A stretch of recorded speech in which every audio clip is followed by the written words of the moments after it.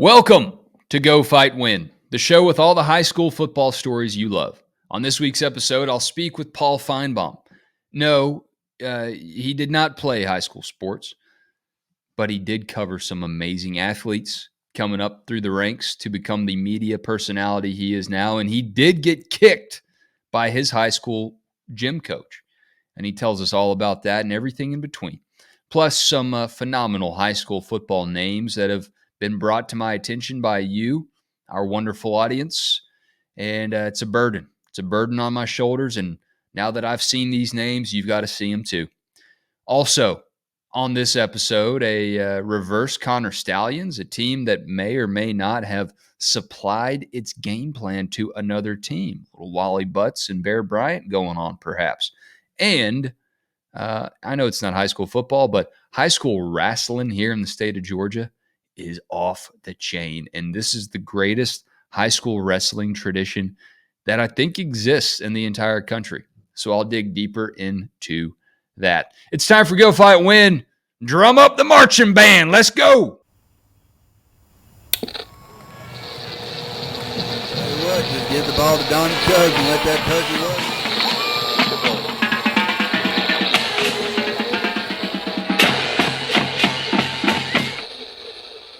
Yes, it is time for Go Fight Win. It's a beautiful time of year here in November, and I know that the bar for beautiful days in the month of November is a low one, depending on where you grew up and where you live now. There's still some color on the leaves that are still on the trees here in Georgia, and just like those leaves getting plucked off one by the blustery winter winds, your high school football team, the teams in your state's high school football championship brackets are getting picked off one by one as well, until at the very end, there will be one, just one, shimmering star atop our tree. And then the wind will blow that away too and ruin my metaphor, but you know what I mean. You get the point. It's a beautiful time of year here for the sport that we all love, high school football. If you love high school football, celebrate it all year long, even after those leaves blow off the trees. Pick you up something nice at the GoCoffeeTown.com team store. Support Coffeetown Copperheads varsity football with a cap, a mug, a t-shirt, a sweatshirt, a hoodie. It's all there for the taking or buying. You can't take it. That would be illegal. I don't even know how you would do it because it's all virtual and online. But thank you for all of those who've already done so. Let's get started with some things that I teased here. We'll start off with the best high school football names that just came across my desk right here at Go Fight Win headquarters. Y'all tagged me on Twitter, currently known as X, in this tweet right here. This guy named Dan Lindblad TV. What does he cover? He covers high school football in the state of Oklahoma. And he covers a fella named Blake Hogshooter. Blake Hogshooter elevated his play when the Bixby Spartans needed him the most. His 3-touchdown performance against Jenks earned him our Friday Night Lights Player of the Week for Week 10. At Blake Hogshooter. This guy is the class of 2025. Okay, so he's a junior. 6'4", 185 pounds, has a 38.8 vertical jump, a 4.5-second 40-yard dash, state champ. This guy's got it all, man. Blake Hogshooter, best name I've ever seen in high school football that I didn't make up myself. And Oklahoma's high school football bracket still does include Bixby, and Bixby will take on Norman in the quarterfinals this week. Blake Hogshooter, if you're taking on any guys across the line from you that have some tusks, they got some, barbed wire hair across their backs, they haven't trimmed their neck up in a couple days, month of Sundays. Well, I'll tell you, most guys across the state of Oklahoma might be a little intimidated by that mess, but Blake Hogshooter, sure as he's standing there today, is not going to be scared of any of that riffraff. Blake Hogshooter, get it. Go get yourself a state championship ring again. Well, not long after Blake Hogshooter came to my attention, did somebody alert me to a young fella by the name of Pork Chop Miller, right up the road from me. Played for my rival high school, Peachtree Ridge. I went to Collins Hill. Shout out to the Collins Hill Eagles that are still in the Georgia 7A state tournament. Well, Peachtree Ridge is too, and the Lions will take on Mill Creek, and Mill Creek's a fine team in their own right. But Pork Chop Miller, let's see if I can get this play up right here. I ran a quick Google search on old Pork Chop Miller. Again, a real name that I did not make up as part of the Coffeetown universe here. And this play comes up right here. Jalen Pork Chop Miller throws a game-winning touchdown to his brother, Jordan Lamb Chop Miller. We got Pork Chop, we got Lamb Chop. All right, look. I'm not an expert in reviewing film, but I got to reverse this. Look at Pork Chop in the gun. It's a big fella. Lefty rolls out to his right and just hunks it to Lamb Chop, the Chop brothers. How about Pork Chop and Lamb Chop there? So Pork Chop's in the state tournament, Peachtree Ridge. Blake Hogshooter, their paths will not cross, thankfully for Pork Chop Miller. But these are just some elite names here. Two of the best I've ever seen. Honest to God. I've been doing this for a few years now where, this has been my lane and y'all tagged me in some absurd and interesting names. I ain't never seen some like Blake Hogshooter and Pork Chop Miller in the same day. Are you kidding me? All right, so this name came up in my own research on Friday night. And this tweet is from Gridiron Football with one L. Now, I'm going to pull the tweet up and give you a little bit of a warning here. The show's normally a family show, all right? And I'm just bringing up the tweet so y'all can see that I didn't make this name up. I could have made up Blake Hogshooter. You don't know. I'd like to think that I've earned your trust by now and that you'd believe that I only present things here that are factual unless we have a pretense of you knowing that I made it up. I didn't make up Hogshooter. I didn't make up Pork Chop. And I also did not make up Myka Nipple. That's right. This guy's last name is Nipple. And he plays for Catholic PC. And let me tell you, his name is not PC. Okay? Myka Nipple, Mykaniple, cross-referenced it. I checked all the rosters that are out there for Catholic PC, and you can see him here, number 33, putting Catholic PC up 42-0 in their opening round playoff game in the state of Louisiana. This is from Gridiron Football, at Gridiron Football with one L, and Myka Nipple. I mean, this young man right here, I don't know what he does with bullies. I can tell you, if he has made it this far and he is still this good at football, then he's probably a tough SOB. Myka Nipple, so cold, he can cut glass. That's Myka Nipple for you. My buddy Ryan Hall pointed out here too that Myka Nipple is helping Catholic PC milk a 42-0 lead here. This story here is timely, and it's true. Y'all tagged me in it. Up in Pittsburgh, West Mifflin school board member accused of sharing game plan with football playoff opponent. Now, y'all know everything that's going on with Michigan and Connor Stallions and allegations that they cheated and stole signs and all that. Well, This is like a reverse Connor Stallions. Got an inside sleeper cell from Mifflin, who may or may not have shared some intel with Elizabeth Forward High School. Elizabeth Forward is the name of the school. It's not a person that I guess it's not a person that still exists. It's probably someone that's passed on, and that's who they named it. They named it after Elizabeth Forward, or she was just somebody that was very blunt. I don't know. Well, the story here is not really like Connor Stallions in that someone was cheating and stealing signs. This is some old school college football reference here for you.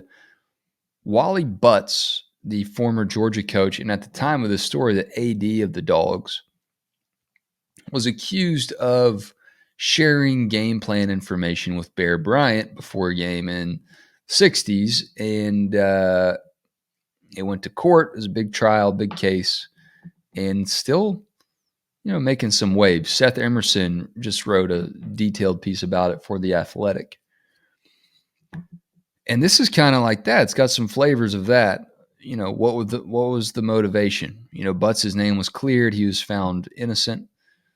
And Georgia players to this day will still stand by him, stand by that man's name.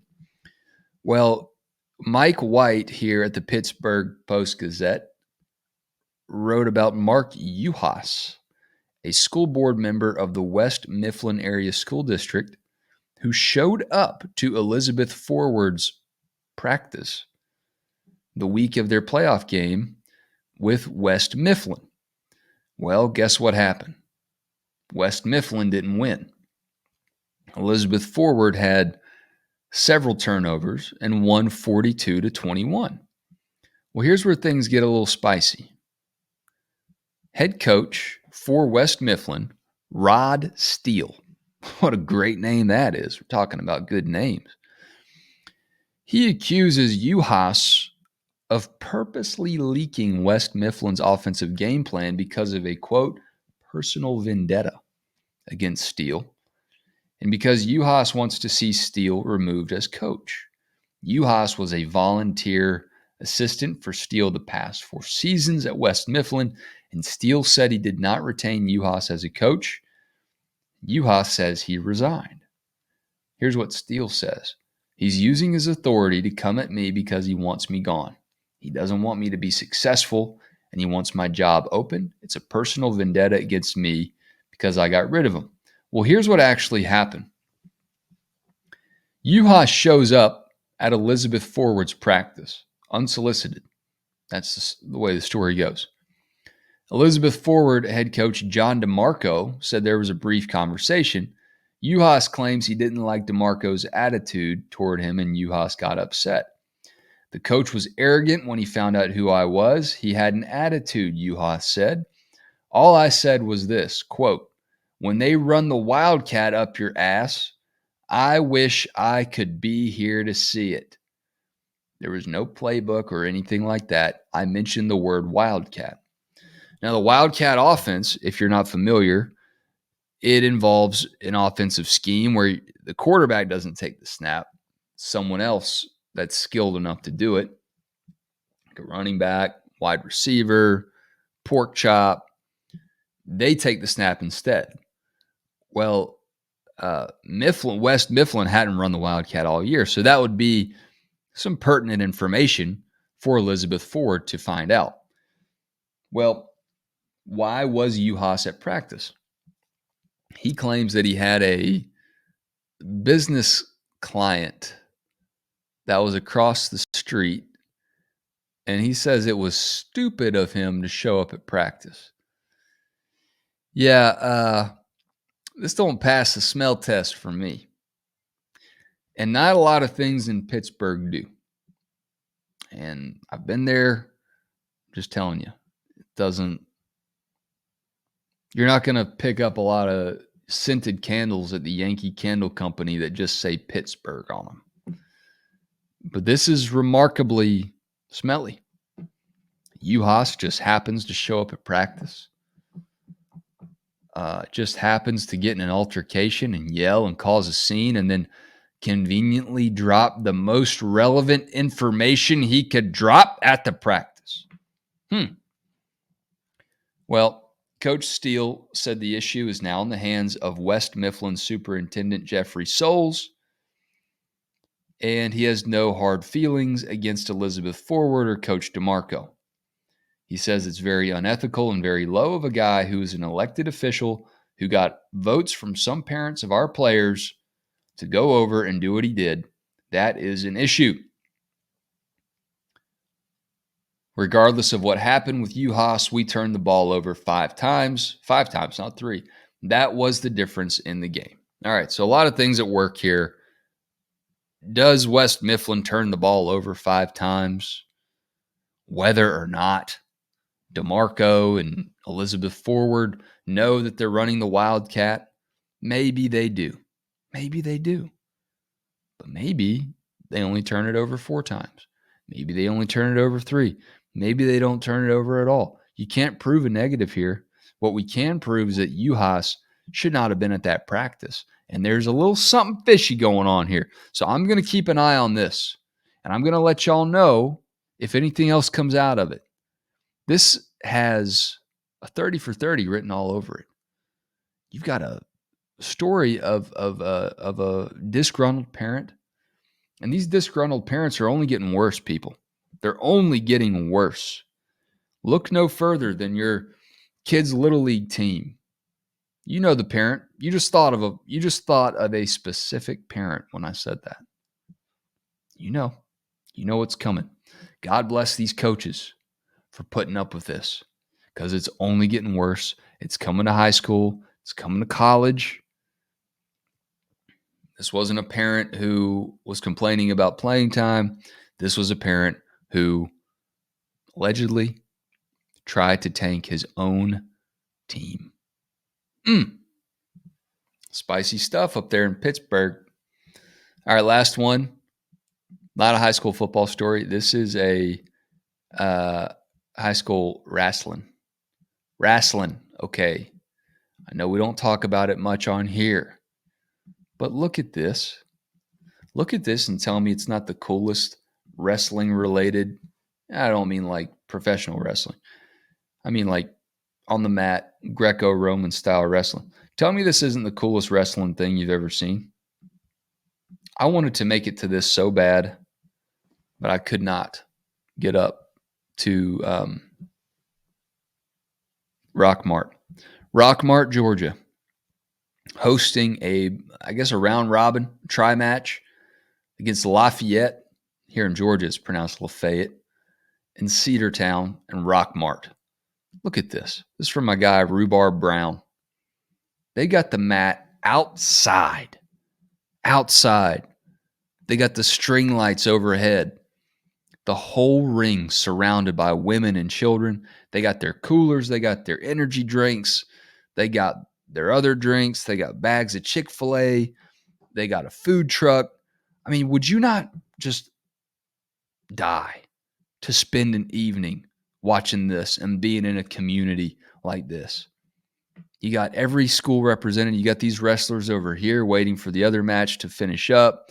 Lafayette waiting over there in their black and orange. You got Cedartown and Rockmart here, the Bulldogs and the Yellow Jackets, a storied rivalry in college football in the state, but also here on the wrestling mat. This is beautiful, man. It happens every year. And if I can make it next year, I will just be over the moon, because this looks like so much fun, man. At Rhubarb Brown, Hrubarb Brown, photo credit to him. And it's so cool. You got some tats here in the picture.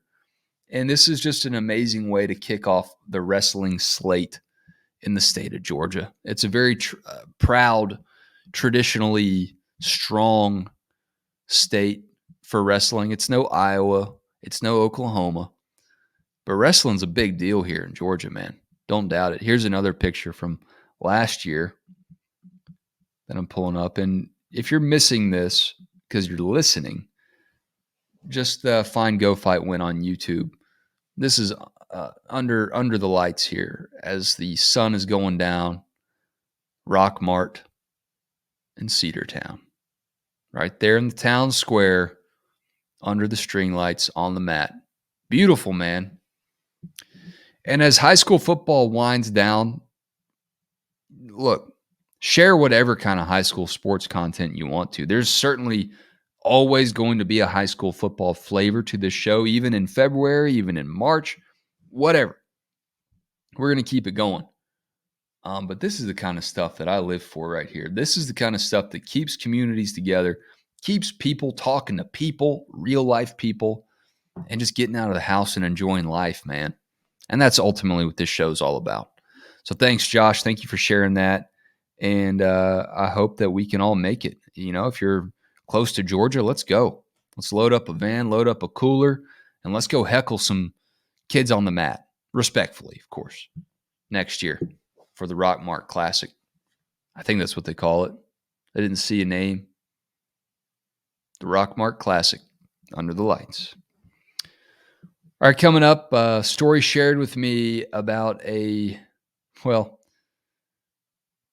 high school football player that was a little thirsty. I'll leave it at that. All right, back on the grind here in the B block with the stories that y'all sent in to me about your high school football career. And this one came in before I even launched this show, years ago, actually. And the way this traditionally works is that I'll read your name and tell people who sent the story in. I don't have that permission this time around because it came in a while ago. But you'll have to take my word for it that it's true. I don't have time to make these up, okay? I have time to make up Coffeetown football games, but I'm telling you right now, this is a true story, allegedly, that someone sent in to me. The names will be redacted because I don't have permission to share them. But let's say this story came in from Roger, okay? Roger sent this story to me. And there's a couple stories here. 2 for 1. And if you have your own high school football stories that you want to share, the submission portal is open over at gocoffeetown.com. Link in this show's description for you to share your own glory days, larger than life, seems too good to be true, but totally is high school football stories. So here's from Roger.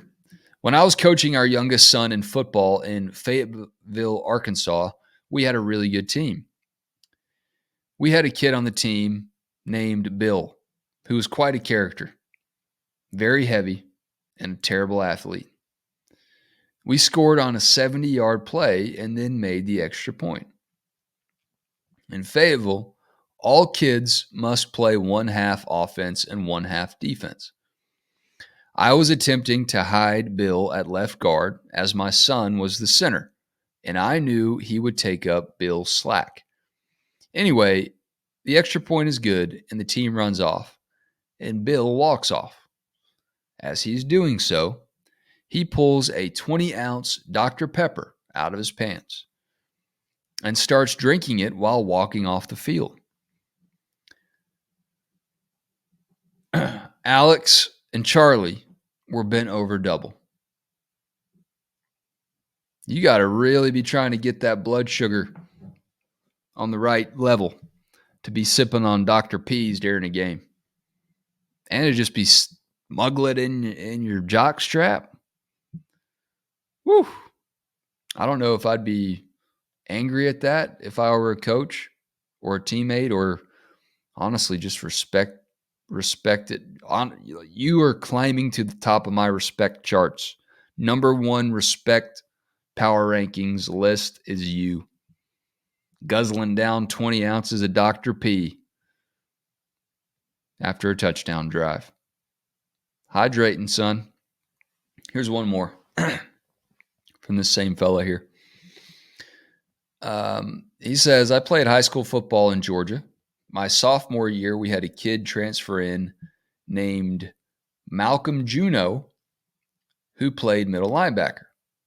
after we beat Milton in week 1, the Gwinnett Daily Post reported Norcross unleashes new weapon on Milton, and his name is Malcolm Juneau. Well, Malcolm had to quit the team when the administration found out he was 21 years old. Look, it doesn't just mean more in the SEC. It just means more in Georgia high school football. You can't be putting 21-year-olds out there to play ball. Man, that is... that's not the only time that's happened, too. That happens every single year somewhere across the United States. Someone comes in to play that's way too dang old. But they're not all sipping Dr. Peppers during games. I'll tell you that. Speaking of it just meaning more, this week's guest on Go Fight Win doesn't require much of an introduction, but I'll give him one anyway. It's Paul Finebaum. All right, you can see him every weekday on the SEC Network, or listen to him on Sirius XM Radio and on SEC Nation every Saturday morning. In the fall, he is Paul Finebaum. What's going on, Paul? How are you doing today? Well, it's doing great. Always fun to come into your little crib here, see what's going on. Yeah. If you're just listening, Paul is just nestled up right beside me here for this episode.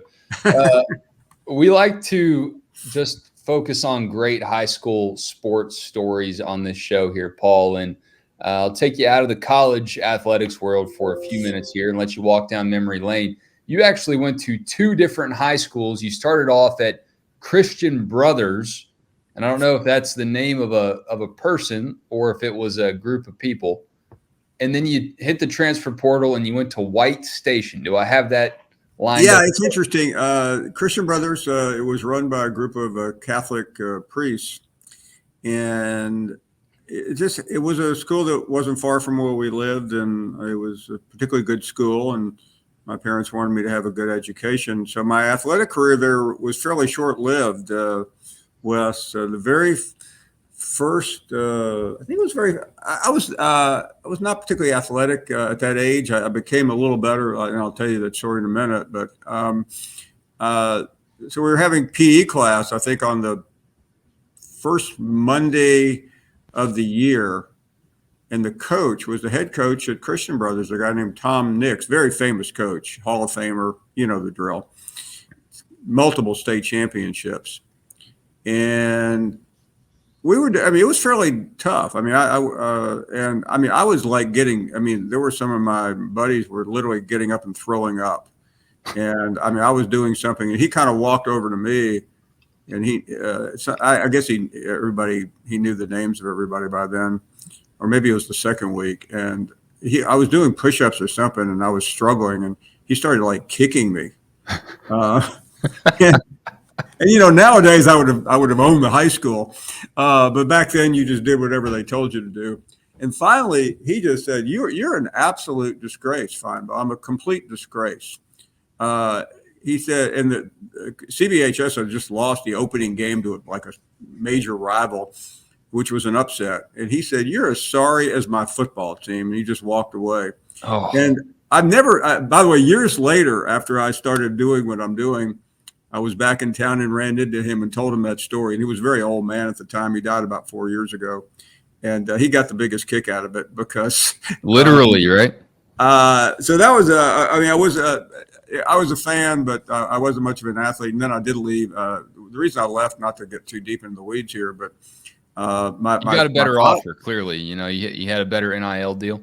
Sadly, I didn't. It was a matter of financial though. My dad died in March of my 10th grade.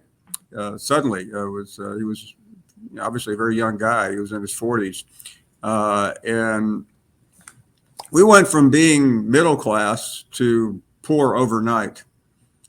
And first thing I had to transfer schools, which was interesting though, because I ended up losing a lot of weight in the aftermath of it, and was a completely different person than I had been. So I'd also taken almost every hard course you had to take at this Christian Brothers school. So by the time I got to a public school, I just socialized. I mean, there was nothing left for me to do because my senior year, I don't think I think I was done at 11:15 in the morning. So it was a great 2 years at White Station. I didn't go to a lot of high school football games at that point because I'd gone to all the games at Christian Brothers because you had to. And I remember my last 2 years very fondly, and it opened up the door for the rest of my life. Yeah, I don't want to make light of that. What kind of impact did that have on who you were and who you became and what you decided to pursue professionally in your life? Well, it's really interesting because it's much easier to talk about now, but for a long time it wasn't. People. A young lady once asked me. She was interviewing me. She said, "Well, what was the biggest moment of your life?" And I related to losing a dad at 15. I mean, there's just I know a lot of people go through it, but it shaped. It was that line of demarcation. What I would have done had he lived versus what I decided to do afterwards. And the truth is, I changed courses quite a bit at that moment. When I went off to school at Tennessee, I was thinking about law. It was something I always wanted to do, and I was pursuing it until I midway through college saw a job off a volunteer reporter position ad in the school newspaper. Went down there and tried out for it. I guess by now I got it, and my life really changed at that moment. And I started the newspaper deal and dove in pretty deep. Before we move on here, Paul, a lot of guests I come on and we do talk a lot about their high school athletics accolades. I got to show you something. When I was doing some research for this conversation, I found something that was a little strange, and I wanted to put it on your radar. Hold on, you didn't talk to that brunette from Memphis. No, I didn't talk I was trying to peddle that tell-all book. Did you? I didn't talk to Janice or Cynthia or Marlene. Look, this is on eBay, man. People have your 1972. They got your 1972 and your 1973 high school annual for sale for $50, Paul, on eBay. I may buy it. That is one good-looking young man right there, isn't it? Let me get your senior one up here. I just thought that was strange. I know that you're a star here in the Southeast, but I didn't know if you understood that you've got the Paul McCartney. I'll tell you a funny story. As long as we're in high school here. Yeah. And I was a nobody. That's the senior prom picture, I think. There you go. I got involved in local youth and really started finding myself a little bit, not athletically, but so about 3 or 4 years ago, somebody sent me something. The White Station High School did one of these. Was that $50 too? Because I'm a little short. Yeah, those are both $50. You can find them. I might buy the first one for $50. I think I'll skip the second one. By the way, you remember that day? I didn't like the way my hair looked. So they came out with the notable people that went to your local high school, and I was reading it, and I was devastated. I came in second among the most notable people to ever go to that high school. No way. And I was not beaten out by an athlete. I was beaten out by an actress, Kathy Bates. And oh wow! What was funny is I didn't even. I never knew she had gone to White Station until that moment in time, because she was about 8 years ahead of me. But I took it in stride. It could have been worse. Yeah, I mean, you don't. Whether you agree with it or not, I mean, you saw her in misery. You don't want to take any chances. Yeah, no, right? You are a writer after all. It is so weird. Speaking of my high school, I mean, I truly. What's remarkable is I have never been back to I guess the school I graduated, I have literally never stepped foot on that campus since the day I left in my senior year, and I have no idea why. They were doing a reunion a couple of years ago, and I considered going, and I don't know, I just didn't. Too much paparazzi for sure. Yeah, you want to go to your high school reunion and enjoy. You don't want to have to be doing selfies all night. Yeah, that's true. The life of Paul Finebaum. Yeah. Well, let's pivot from your high school days, and you mentioned starting off your media journey pretty early. What are some coaches you covered? Because when you start out in newspapers or news in general, it's pretty rare for you to not cover high school football or high school sports in some way, shape, or form. Was there a coach? Was there a team that sticks out to you from early on in your career that was like, this is the quintessential high school football stop along the way? Well, I did cover high school football for 1 year, Wes. My first job was in Shreveport, Louisiana. Oof. And you did everything. I'll give you one sample weekend. I went to a high school game every Friday night, and it was. I mean, I'd been to high school games, but I'd never covered one before, which is pretty amazing. That most people cover high school football while they're in high school or college. I never did. So I would go to a high school game on Friday. I usually would then fly to an LSU game Saturday morning. I covered LSU for the most part. And then Sunday, not every week, but probably about every other week, I would either go to Dallas or New Orleans to cover a Saints or Cowboys game.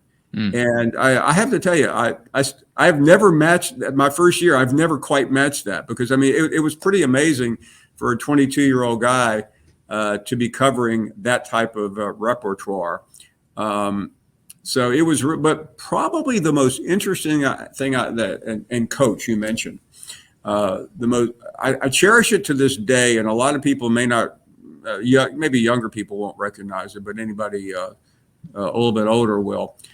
I had the opportunity in October of my first year covering college football to literally spend the entire weekend with Eddie Robinson, who was the head coach at Grambling. Yeah. I mean, there are those who argue he's the greatest coach of all time. He doesn't get credit for it. He broke Bear Bryant's record in the 80s. And I got to cover him. I called him up one day and he invited me down. So Grambling was about an hour from Shreveport. It's right next to Ruston, where Louisiana Tech is. And I rode a bus. You talk about glamour. I rode the bus from Ruston, Louisiana to Itabena, Mississippi, which is in the Delta. It was about an 8-hour trip to cover the Grambling Mississippi Valley State game. Mississippi Valley State's had a few famous players. And it was riveting. It was, quite frankly, one of the most interesting things. I did a big story on it. And he invited me to their final game of the year, which was down in Miami against FAMU, the Orange Blossom Classic at the old Orange Bowl. And the night before the game, he asked me if I wanted to go to a banquet. And I went, and after the banquet, the guest speaker was a famous Olympian, maybe the most famous Olympian of all time. And afterwards, he took me up and introduced me to Jesse Owen.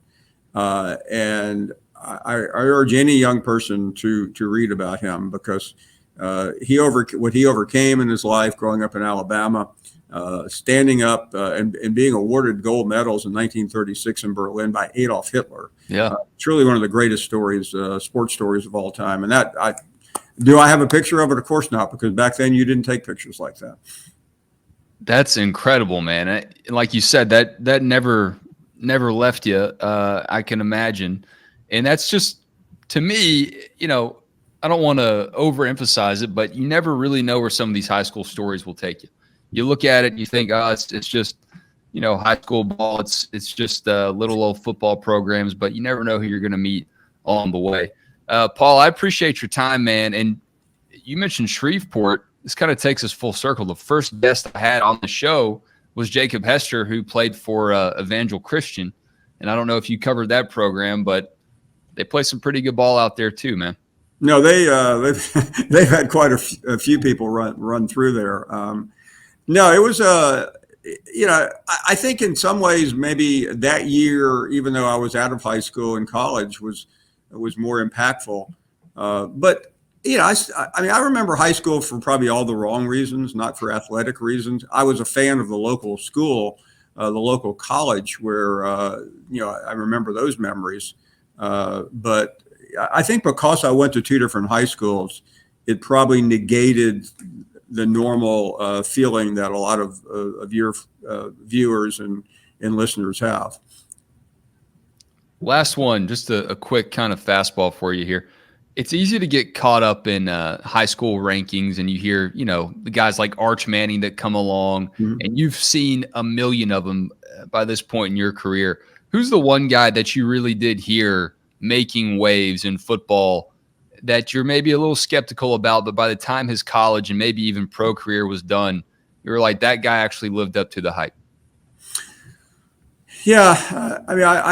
I did cover a lot of high school. By the way, in my early days of reporting, I did a couple of investigative pieces into high school. But the guy that I covered in high school, and he wasn't that great. You know the story. He was a basketball player, and he wasn't particularly heavily recruited. It really came down before a Christmas tournament. Nobody wanted him, and he outplayed the number one high school player in the state at this particular Christmas tournament. And suddenly everybody turned on to this overweight, clunky, chunky kid from Leeds, Alabama. There you who go. Later became Charles Barkley. And he owes you everything at this point in his career. He does. I joke about it now. He was like he wasn't even the top 5 players in the state. And he ended up going to Auburn because, they came in quickly once they saw him outplay this other guy in this Christmas tournament.